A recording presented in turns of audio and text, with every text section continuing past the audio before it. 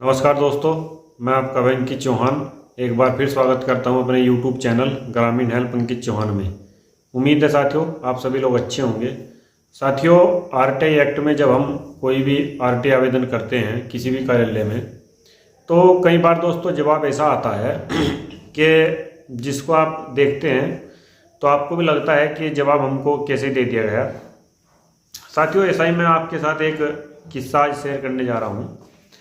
दोस्तों, हमने 9/1/2023 को एक सूचना मांगी थी और सूचना में कोई दोस्तों ऐसी खास नहीं, हमने केवल एक जो पत्र दिया था, ये पत्र दोस्तों 8/8/2022 को एक पत्र दिया था जिलाधिकारी महोदय सहारनपुर जी के कार्यालय में। तो इस पत्र पर दोस्तों नियमानुसार जांच हुई। जो संबंधित लेखपाल महोदय है वो गांव में आई थी और जांच हुई, जैसा कि एक सामान्य प्रोसीजर जो होता है तो उसमें भी जांच हुई। लेकिन दोस्तों इसके उपरांत हमें इसकी जो जांच रिपोर्ट चाहिए थी वो हमें प्राप्त नहीं हो पाई थी। उनका कहना था कि हमने जांच रिपोर्ट आपकी जिलाधिकारी महोदय को भेज दी है, आप वहां से प्राप्त कर लीजिए।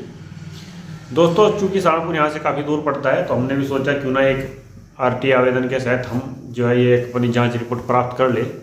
तो इस मंशा के साथ दोस्तों एक आरटीआई आवेदन दायर किया गया और ये आरटीआई आवेदन दोस्तों सूचना का अधिकार अधिनियम 2005 की धारा 6 का प्रयोग करते हुए 9/1/2022 को हमने दायर किया। और दायर करने के उपरांत दोस्तों 10 रुपये नगद इसके साथ हमने भेजे थे, जो आरटीआई की फीस है। और इसके उपरांत दोस्तों ये स्पीड पोस्ट की जो है पर्ची है। तो दोस्तों ये पत्र हमने भेजा, उसके बाद हमें जो पत्र प्राप्त हुआ है ये जिलाधिकारी महोदय का 25 जनवरी 2023 को ये पत्र जारी हुआ था और ये दोस्तों में प्राप्त हुआ है आज 1/2/2023 को। ये देख लीजिए और ये पत्र है दोस्तों। अब आप कहेंगे कि इस पत्र में क्या खास है। देखिए दोस्तों, इस पत्र में हमने केवल जांच रिपोर्ट की कॉपी मांगी थी कि हमारे पत्र पर क्या कार्रवाई हुई है। तो इसमें आप देखिए कि धारा 6(3) के तहत ये लोग ट्रांसफ़र कर रहे हैं इसको उप जिलाधिकारी भेंट के हैं। तो ऐसी स्थिति में क्या किया जाए दोस्तों, जब हमने इसकी छानबीन की तो दोस्तों ये पता चला कि 13/1/2023 को रिसीव हुआ, जबकि इनका कहना है दोस्तों 17/1/2023 को इनके कार्यालय में प्राप्त हुआ है। लेकिन दोस्तों इसमें धारा 6(3) का उल्लंघन तो जब भी हो गया है, क्योंकि धारा 6(3) में ये नियम है कि आप 5 दिवस के अंदर पत्र को ट्रांसफ़र करेंगे। यदि मान लिया जाए दोस्तों कि ये पत्र 17/1/2023 को ही प्राप्त हुआ है उनके कार्यालय में, जैसा कि उन्होंने अपने पत्र में लिखा है, तो 17 और 3 20 और 5 25 ये 8 दिन के बाद दोस्तों इसको अंतरित कर रहे हैं और हमें कह रहे हैं कि आप जो है पत्राचार और सीधे जो है सूचना उप जिलाधिकारी भेंट से लीजिए। दोस्तों, हमने जो पत्र दिया था वो जिलाधिकारी महोदय को दिया था, तो इसमें जो भी जांच हुई होगी, जो आख्या है वो जिलाधिकारी महोदय कार्यालय में भेजी गई होगी। और आरटीआई एक्ट में जवाब दे रहे हैं कि आप एसडीएम भेंट से सूचना लीजिए।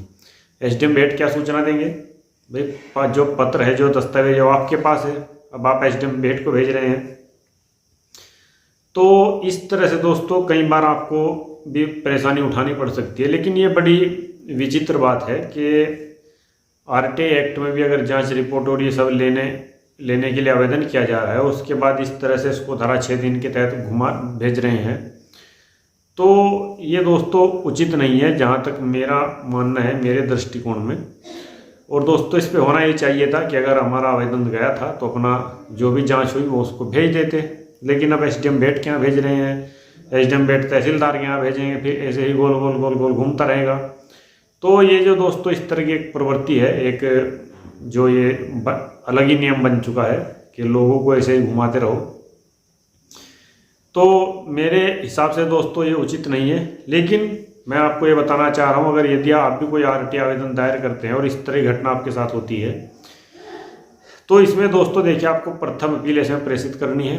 प्रथम अपील में आपको बताना है कि सर आपने ये हमारा जो आवेदन है गलत अंतरित किया है, वो सारी बातें और साथ ही आवेदन की एक कॉपी लगाकर दोस्तों आपको प्रथम अपील भेजनी है उसी कार्यालय में, यदि आपके साथ वैसा होता है तो। उसके बाद आपका समाधान नहीं होता है तो दोस्तों आप राज्य सूचना आयोग में भी जा सकते हैं और राज्य सूचना आयोग से भी अपनी बात कह सकते हैं कि सर इस तरह से ये हमें गलत जो है वो किया जा रहा है। तो ये जानकारी थी दोस्तों आप लोगों के साथ शेयर की, और ये सारे तमाम अभिलेख है, ये देख लीजिए, ये मोहर भी है। तो इस तरह से ये कार्य होता है सरकारी सिस्टम दोस्तों, जो सरकारी कार्य है वो किस तरह से होता है ये सब आप लोग जानते हैं। और भी दोस्तों तमाम मेरे पास फ़ोन काफ़ी आते रहते हैं 107/16 के बारे में, सर 107/16 की कार्रवाई हो गई है। और दोस्तों कई मित्र हैं इधर मध्य प्रदेश से हैं, तो अलग अलग लोगों की समस्याएं है। तो दोस्तों देखिए समस्याएं सभी के साथ होती है, और आपके साथ कोई भी समस्या है तो देखिए आपको एक विधिवत तरीके से ही लड़ना पड़ेगा। अपनी बात को आप कानून सम्मत कहिए, और यदि आपकी FIR दर्ज नहीं हो रही है, जैसे कि एक बहन जी का फ़ोन दोस्तों हमारे पास आया था, वो कोई मध्य प्रदेश से थी, उनका कोई आपस में कोई झगड़ा बता रही थी अपने पति के साथ। तो दोस्तों देखिए ऐसी स्थिति में मैं आपको बताऊं, यदि FIR दर्ज नहीं हो रही है तो देखिए आप वही 156(3) में कोर्ट में जाएंगे और वहाँ अपनी FIR दर्ज कराएंगे। उसमें दोस्तों होगा ये, पुलिस FIR दर्ज करेगी संबंधित धाराओं में जो आप आरोप लगा रहे हैं, और उसके बाद दोस्तों विवेचना होगी, विवेचना के आधार पर तमाम कार्य होगा। लेकिन दोस्तों इस तरह से नहीं हो सकता है कि आप बिना कुछ करे ही ये सोचे कि हमें रिजल्ट मिल जाए, तो ऐसा नहीं होता है। आप जब भी कोई कार्य करें नियमानुसार करें और उचित ढंग से करें दोस्तों। लड़ाई झगड़ा और ये सब किसी भी समस्या का कोई समाधान नहीं है कि मैं आपको कुछ कहूँ आप मुझे कुछ कहे तो पड़ोसी कुछ कहे, ये सब दोस्तों गलत है। तो उम्मीद है साथियों आपको वीडियो में दी गई जानकारी अच्छी लगी होगी। यदि अच्छी लगी हो तो आप वीडियो को हमारे शेयर कीजिए और हमारे चैनल को सब्सक्राइब कीजिए। मैं हूं अंकित चौहान, यूट्यूब चैनल ग्रामीण हेल्प अंकित चौहान से। आज दोस्तों मैंने वही एक अपनी ड्यूटी में ऐसा समझता हूं तो मैंने इसका पालन किया। जल्दी मुलाकात होगी आपसे किसी दूसरी वीडियो में। सादर नमस्कार दोस्तों।